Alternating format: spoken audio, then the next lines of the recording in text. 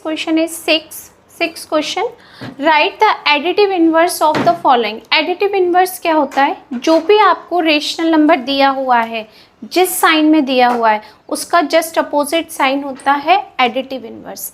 अगर माइनस ए upon B है आपके पास, माइनस ए अपॉन बी, तो इसका एडिटिव इनवर्स क्या होगा? ए अपॉन बी, यानी माइनस है तो प्लस हो जाएगा। और अगर आपके पास प्लस ए अपॉन बी है, प्लस तो कभी लगता नहीं है, तो अगर ए अपॉन बी है और आपसे कहता है इसका एडिटिव इनवर्स क्या होगा, तो माइनस के ए अपॉन बी होगा। ठीक है, एडिटिव इनवर्स ए अपॉन बी और इसका एडिटिव इनवर्स होगा माइनस ए अपॉन बी। तो इस तरीके से हम एडिटिव इनवर्स लिखते हैं। तो यहाँ पर भी बिल्कुल सेम प्रोसेस रहेगा आपके पास में। ये यहाँ पर कुछ नंबर्स हैं, इनके हमें एडिटिव इनवर्स बताने हैं। तो कैसे बताएंगे? -4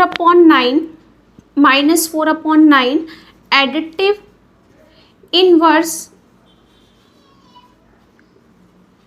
इज क्या हो जाएगा? माइनस का 4 है तो किसका हो जाएगा? प्लस का, और ये 9 रहेगा।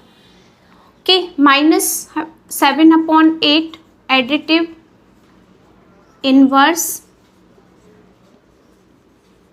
Is 7 upon 8। 5 अपॉन -21 है तो माइनस का साइन किस में कन्वर्ट हो जाएगा? प्लस में। -5 अपॉन -21 है तो इसका एडिटिव इनवर्स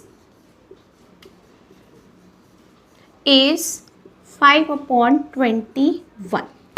ठीक है, ये माइनस का था, प्लस में हो गया। सेम यहाँ पर करेंगे हम, एडिटिव इनवर्स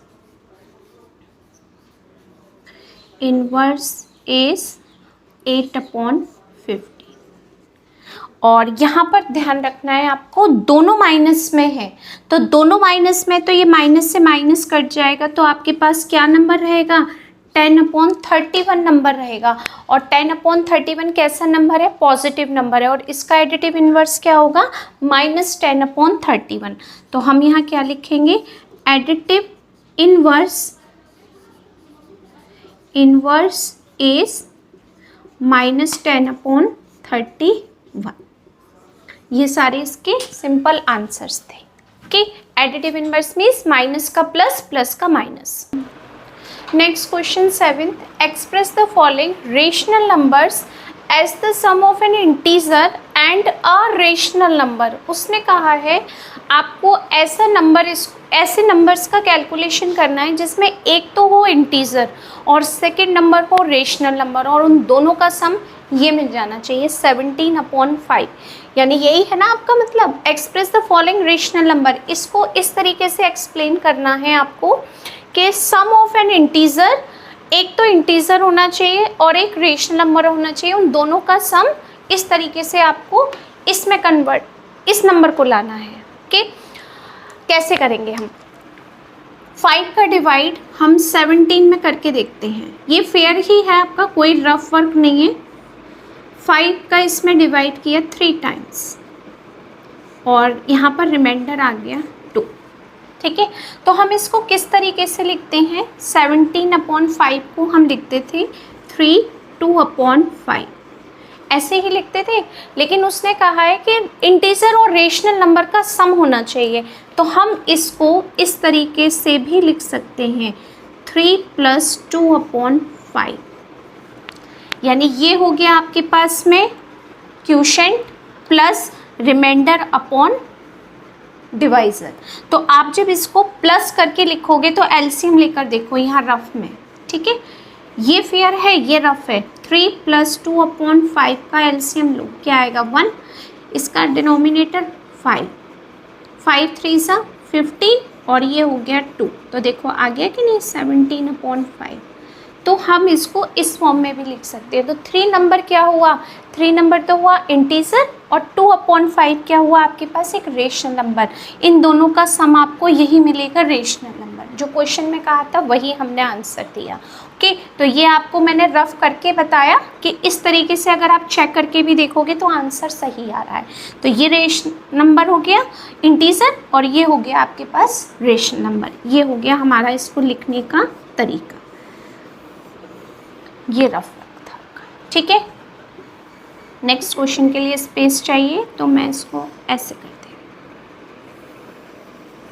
ठीक है, अब इसको भी हमें इसी तरीके से लिखना है कि एक तो इंटीजर चाहिए और आपको एक रेशनल नंबर चाहिए। तो हमने क्या किया, इसका इसमें डिवाइड करके देखा।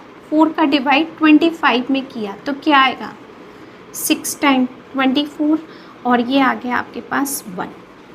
तो हम इसको क्या लिख सकते हैं, 6 माइनस का 6 प्लस का 1/4, यानी 6 तो ये हो गया और ये हो गया 1/4, माइनस का था इसलिए हमने इसको कैसे लिखा, ब्रैकेट में लिख सकते हो आप इसको इस तरीके से, क्योंकि आप प्लस कर रहे हो। ठीक है, अगर हम यहाँ पर इसको मिक्स फ्रैक्शन में लिखते तब आपको ब्रैकेट की ज़रूरत नहीं होती है। क्यों, क्योंकि सब कुछ माइनस में होता है। तो आप इसको इस तरीके से लिखोगे, पूरे को ब्रैकेट में क्लोज करके माइनस यहाँ पर। अगर ये क्लियर नहीं शो हो रहा है तो हम इसको ऐसे लिख देते हैं। यानी इसका जो कैलकुलेशन था वो ये है और ये हो गया आपके पास माइनस का साइन। ओके, तो ये हमने इस तरीके से लिख दिया। बिल्कुल यहाँ पर भी हम ऐसे ही करेंगे। 7 का डिवाइड इसमें करके देखते हैं 108 में। 7 1 ज़ा 7, 3।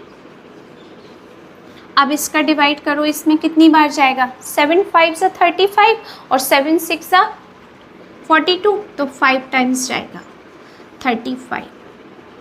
माइनस करो, कितना आ गया 3। तो ये जो आपके पास क्वोशिएंट है ये क्या हो जाएगा, 15 प्लस 3/7 लिख दिया हमने, इंटीजर और एक रेशनल नंबर का सम। ओके, नेक्स्ट ये भी हम बिल्कुल ऐसे ही करेंगे। 20 में डिवाइड किया हमने 3 से, 3 6 ज़ा 18, 2 रिमाइंडर। तो कैसे लिखेंगे, माइनस का साइन है तो माइनस हो गया यहाँ, और इसकी पूरे की कैलकुलेशन हो गई 6 प्लस 2/3। ये हो गया आपका आंसर। ओके, ये सब आपके आंसर्स हो गए। आई थिंक ये क्लियर हो गया होगा आपको। सिंपल है, डिवाइड करने के बाद हम इसको मिक्स फ्रैक्शन में जैसे लिखते थे बिल्कुल करना वही है, केवल इन दोनों को अलग अलग लिख देना है, बात वही है। क्यों, क्योंकि उसने आपको कहा था सम करना है, तो हम इसको सम में लिखते हैं। किसको, मिक्स फ्रैक्शन को। मिक्स फ्रैक्शन ही था ये नंबर 3 2/5, और हमने इसको क्या लिख दिया, सेपरेट सेपरेट करके, और दोनों के बीच में प्लस का साइन लगा दिया। Okay, next question is 8। The sum of 2 rational number is -4/11। कोई भी दो रेशनल नंबर का सम -4/11 है, जिसमें एक नंबर हमें पता है 6, और 6 भी रेशनल नंबर है। बताया था मैंने, जितनी भी इंटीजर्स होते हैं सारे रेशनल नंबर्स होते हैं। क्यों, क्योंकि सबका डिनोमिनेटर 1 होता है। तो ये भी आपके पास एक रेशनल नंबर है, इसका डिनोमिनेटर 1 है। तो आपको फाइंड करना है जो सेकंड नंबर है जिसको हमने 6 में प्लस करके ये नंबर कैलकुलेट किया था, वो नंबर क्या है। ठीक है, तो यहाँ पर हम लिखते हैं, जो हमें फाइंड करना है उसी को लिख देते हैं। Other number is let 1 number तो दिया ही है, तो हम अदर नंबर लिख देते हैं। Let other number is x, other number x according to question sum of two number, एक नंबर तो आपके पास x 6 है और एक नंबर आपके पास x है। इन दोनों नंबर का सम किसके इक्वल होना चाहिए, इसके इक्वल, -4/11 के। Okay, linear equation in 1 variable. अब x की वैल्यू हमें कैलकुलेट करनी है, तो क्या करेंगे, इस 6 को हम इधर ट्रांसफ़र करेंगे। तो ये 6 इधर किस साइन का है, प्लस का। जब ये इधर शिफ्ट होगा तो किसका हो जाएगा, माइनस का। ये अपनी जगह पर बिल्कुल फिक्स रहेगा। तो हम क्या करेंगे, इसको -4/11, इसको ट्रांसफ़र किया तो -6। अब 6 का डिनोमिनेटर क्या है आपके पास, 1। तो क्या लेंगे हम यहाँ पर, एलसीएम क्या आएगा, एलसीएम आपके पास 11 ही आएगा। ठीक है, -4 जैसे हम कैलकुलेशन करते थे बिल्कुल वही सॉल्यूशन है, पैटर्न है आपके पास।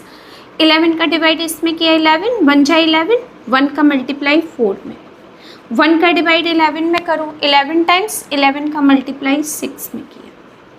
क्या आ गया यहाँ पर, -4 -66/11। तो यहाँ पर इन दोनों को प्लस किया, साइन माइनस का -70/11। ठीक है, तो ये किसकी वैल्यू आ गई, x की। तो अदर नंबर क्या हो गया हमारा, other number is equal to